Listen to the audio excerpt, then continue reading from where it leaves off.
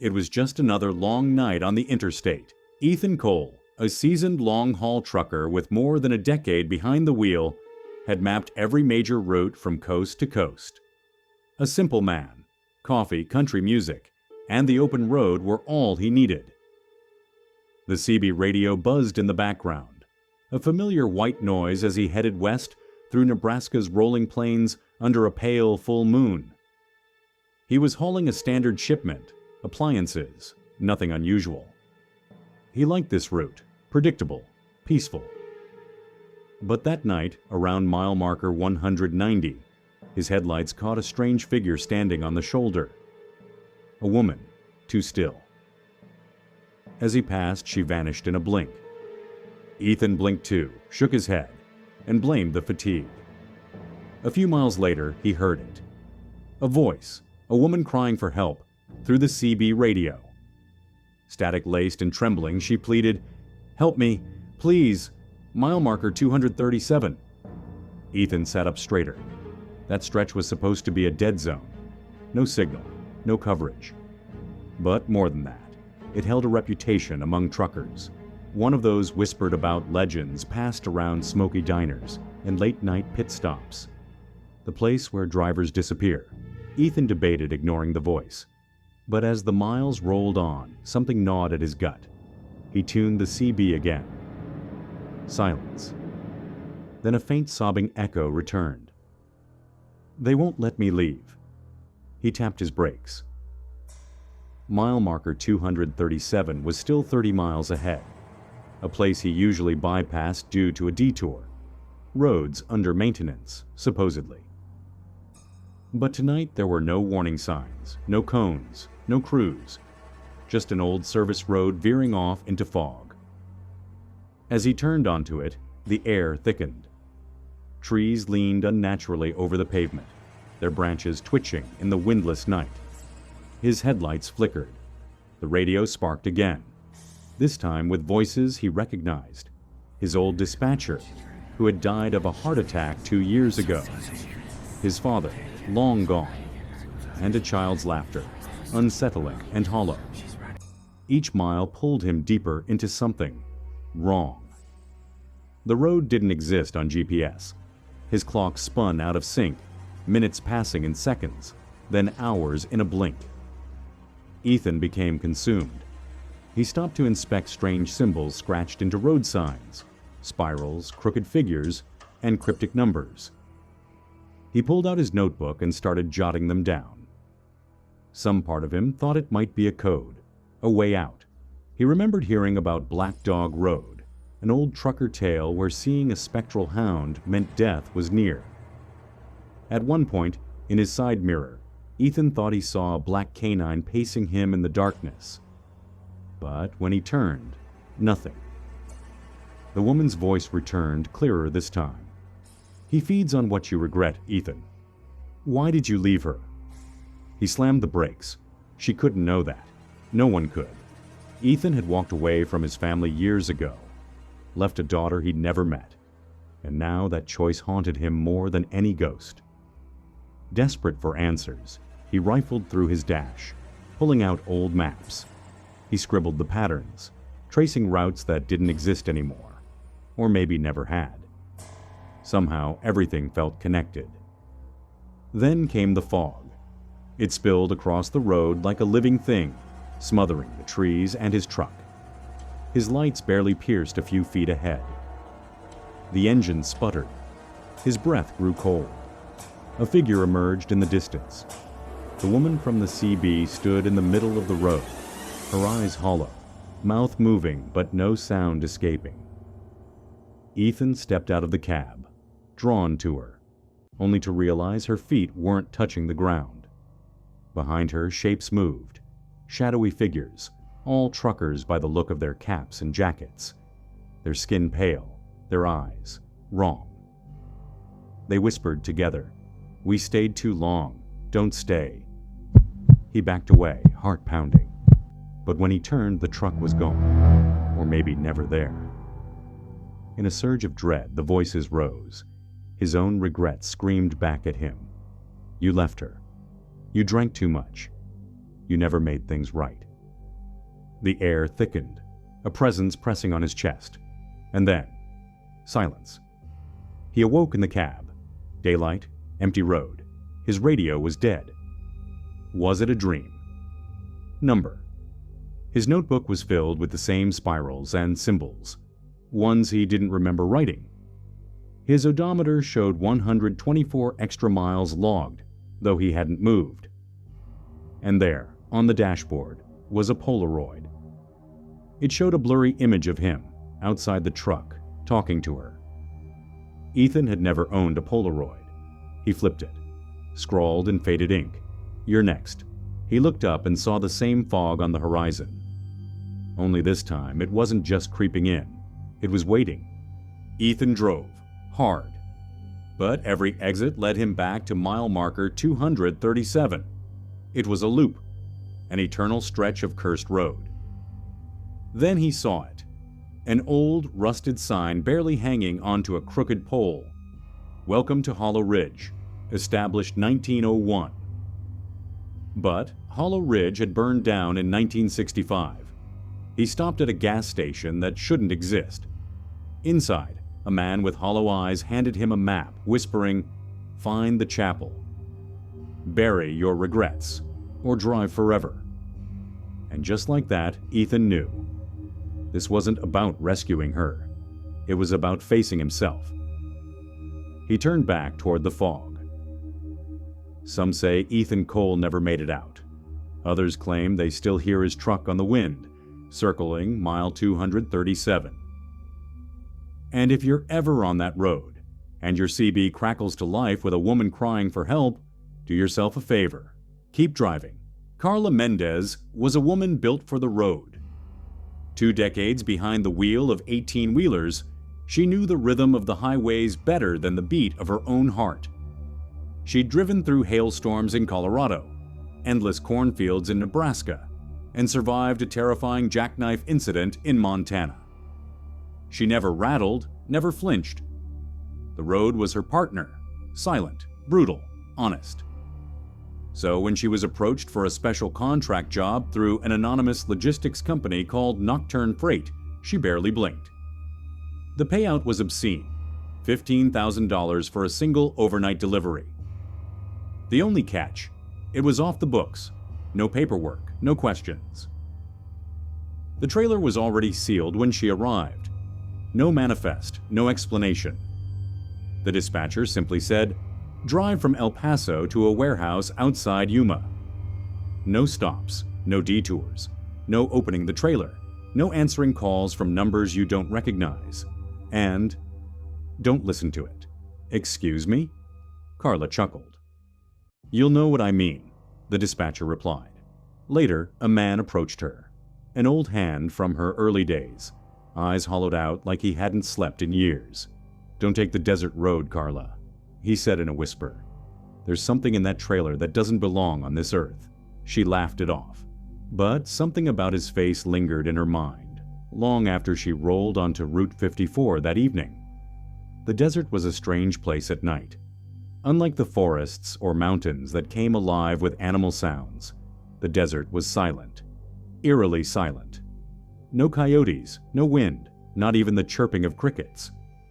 Just the hum of her engine and the occasional crunch of gravel under her tires. The moon hung low and swollen, casting a dull white glow across the sands. Heat from the day still radiated off the pavement even though the air was cool. Everything felt a little off. Her GPS showed nothing but a straight line. No towns for 80 miles, no gas stations, no lights. That's when the scratching started. Soft rhythmic scratching from inside the trailer. Carla's fingers stiffened on the wheel. Could have been a rat or a raccoon. She cranked up her music and kept going. But then came the voice. "Hello? Can anyone hear me? It's cold. Please let me out." She nearly slammed the brakes right there. It was a child's voice, fragile and terrified. She turned the music off and sat in silence. "Please, I don't like the dark." The voice was faint, muffled, but real. She reached for the radio to call dispatch. Dead. Her phone? No service. The desert swallowed signal like it swallowed sound. The trailer rattled again. Carla locked her jaw and pushed the pedal harder. She didn't stop, not even when the crying started. An hour passed, and the crying grew louder, more desperate. Then there were the knocks. Thump, thump, thump, like fists pounding on metal. Sometimes the knocks came from the back, sometimes from the side. Once, she could swear they came from directly above the cab. She checked the mirrors constantly. Nothing but darkness. Her dashboard flickered. Lights dimmed. A warning light blinked for a moment, then vanished. Her GPS began to glitch. The map spun in circles. The screen froze and rebooted. Then her phone rang. Unknown number. She declined the call. It rang again. She declined. It rang a third time. She hesitated, then answered. No voice, just static, and a faint whisper. You shouldn't have taken this route, Carla. Now we all remember you. She flung the phone into the passenger seat, heart thundering in her chest. She had delivered weapons, medical freight, even corpses once for a disaster relief job, but she had never heard voices coming from the trailer. Something was inside, and whatever it was, it knew her name. At a rest stop that didn't exist on any map, her rig slowed to a crawl, as if something unseen pressed down on the accelerator and brake at the same time. Her headlights flickered. Her music cut in and out. She took a deep breath, pulled the emergency brake, and stepped out for a moment, just to breathe. The desert wind had picked up. It was ice cold and smelled of sulfur and rot. She climbed back into the cab and opened the glove compartment, hoping to find a flare or a flashlight. Instead, she found a manila folder. She didn't remember putting it there. Inside, photos. Grainy black and white surveillance images.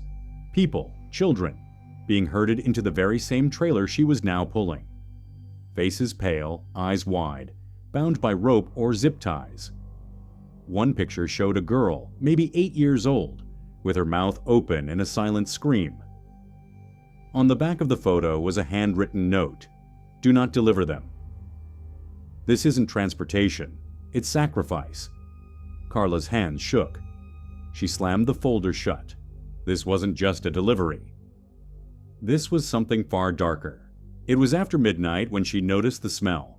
Coppery and sour, like old blood mixed with rotting flowers. It seeped into the cab, and no matter how many windows she opened, it stayed. Then came the figure, in the passenger seat. She didn't hear a door open, didn't feel the truck shift. But suddenly, someone was there. A child. The same girl from the photo, pale with empty eyes. You left us behind, the girl said without moving her lips. Now we're coming home. Carla screamed and turned to grab her phone, but when she looked back, the seat was empty. But in the mirror, the girl was still sitting there, grinning. The truck veered. Carla gripped the wheel, trying to stay on the road. The desert outside was no longer static. It moved, twisted, like a living thing. She kept driving, faster, as if something was chasing her. Because maybe it was. As Carla barreled down the dark highway, her radio, long dead, suddenly crackled to life. No music, no announcer, just static, followed by an eerie broadcast that seemed decades old. A man's voice, calm and clinical, came through. Experiment 47 has escaped containment. Repeat, 47 has escaped. Host transfer initiated. If contact occurs, do not engage. Do not respond. Forget what you heard. The message looped.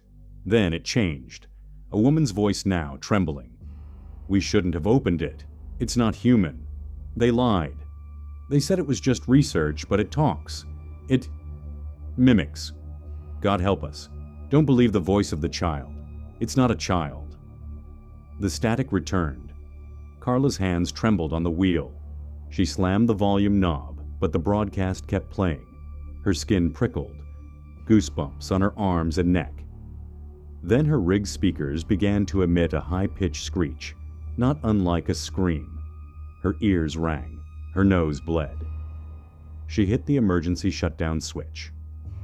Silence, but the voice continued, this time from the back of the cab. "Carla, help me. I'm scared." Carla couldn't take it anymore. She pulled over near an abandoned gas station, long boarded up and half swallowed by sand. She grabbed a crowbar from behind the seat, hands shaking but determined. She marched to the trailer. As she approached the sealed door, the scratching from inside grew louder, frantic, like nails on metal. "Let us out. We're still alive." That voice again, a chorus of voices now. She gritted her teeth. She knew she shouldn't, but she had to know. Just one look. She wedged the crowbar under the seal.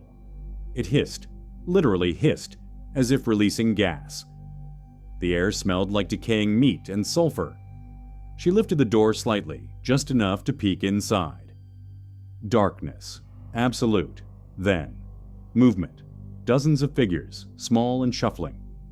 Not children. Not anymore. Their bodies twisted unnaturally, faces blurred, eyes glowing faintly yellow. Some crawled upside down on the walls, others jerked like broken dolls, and one, larger, misshapen, looked straight at her and smiled. "You're too late, Carla," it rasped. "We're already inside." She slammed the door, resealed it with duct tape, and ran back to the cab. But when she got in, the passenger seat belt was fastened, and the seat was sunken in. Not long after she left the gas station behind, Carla spotted a series of taillights up ahead, 5 or 6 semi-trucks lined up on the shoulder. Relief flooded her. Other drivers. Maybe they could help. She pulled up beside the lead rig and honked. No movement. She stepped out and approached the cab. Empty. The keys were still in the ignition, the engine still running. Hot coffee in the cup holder, but no driver. She checked the others. Same thing. Empty rigs, running engines, radios playing static. One truck had claw marks gouged into the inside of the windshield. In another, the word "listen" was scrawled in blood across the dashboard. Carla turned to go back to her truck, but all 5 trailers' back doors were open now, and standing just inside each one was a silhouette, all facing her, watching. She didn't look back again. She floored it. As dawn broke, she finally saw it.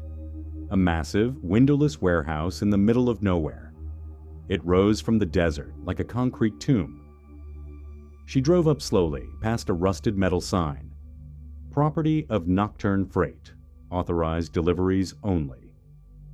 No personnel, no trucks, just silence and dust. She backed the rig up to the unloading dock. The bay doors opened automatically with a groan. Carla didn't move. The GPS said she'd arrived, but the trailer began shaking again, violently. Something inside wanted out. Her phone vibrated. A new text message. "Leave the truck. Walk away. This is your only chance." No sender. Then another. "Open the trailer and you'll never be free of them." She stared at the rear-view mirror. The girl was back, grinning. "No one leaves the contract," she whispered. Carla jumped out and ran toward the warehouse office, hoping to find answers. Inside was a wall of monitors, showing every stretch of her route, every stop. Every time she thought she was alone, she wasn't. The final monitor showed a live feed, her staring at the screen, and behind her, something tall and eyeless. She turned. Nothing, but her shadow was no longer hers. Carla made her decision. She poured gasoline along the length of the trailer, her hands steady now. Whatever was in there, it wasn't meant to reach the world, not alive, not free. She struck a match. The fire caught quickly, swallowing the trailer in smoke and screams. The voices wailed and begged and mocked her. "You'll burn too, Carla. You're part of us now." She didn't care. But as the flames roared, the warehouse lights snapped on. The bay doors opened again, and a new trailer was already being backed into place.